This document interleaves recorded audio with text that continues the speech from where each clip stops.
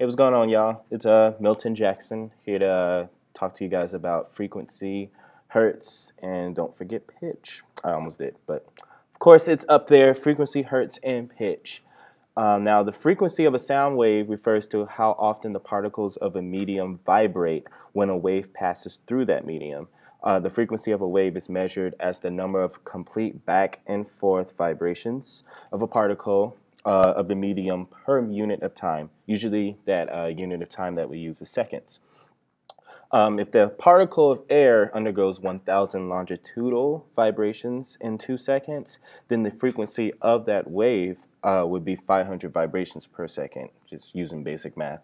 But because, we have so many vibrations in sound, and whether it's pitch or percussive, talking in just purely vibrations per second would get ridiculous, and we'll be talking billions and trillions of vibrations when we just want to talk about the simple vibrations per second of a given sound.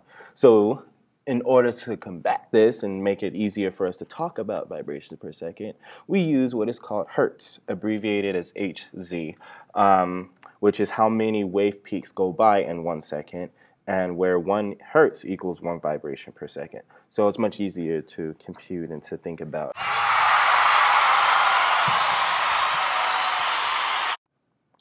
Now, the sensation of a frequency is commonly referred to as the pitch of a sound.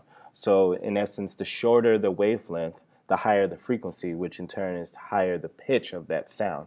Now, high pitch sound corresponds to a high frequency sound wave, and a low pitch sound refers to a low frequency sound wave.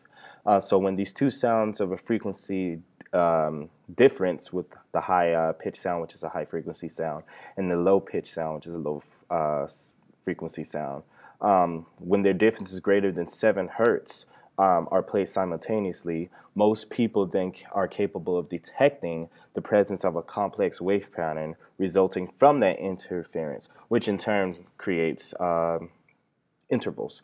So when certain sound waves are played simultaneously, people could hear a particularly pleasant sensation depending on how many hertz those two sounds are separated.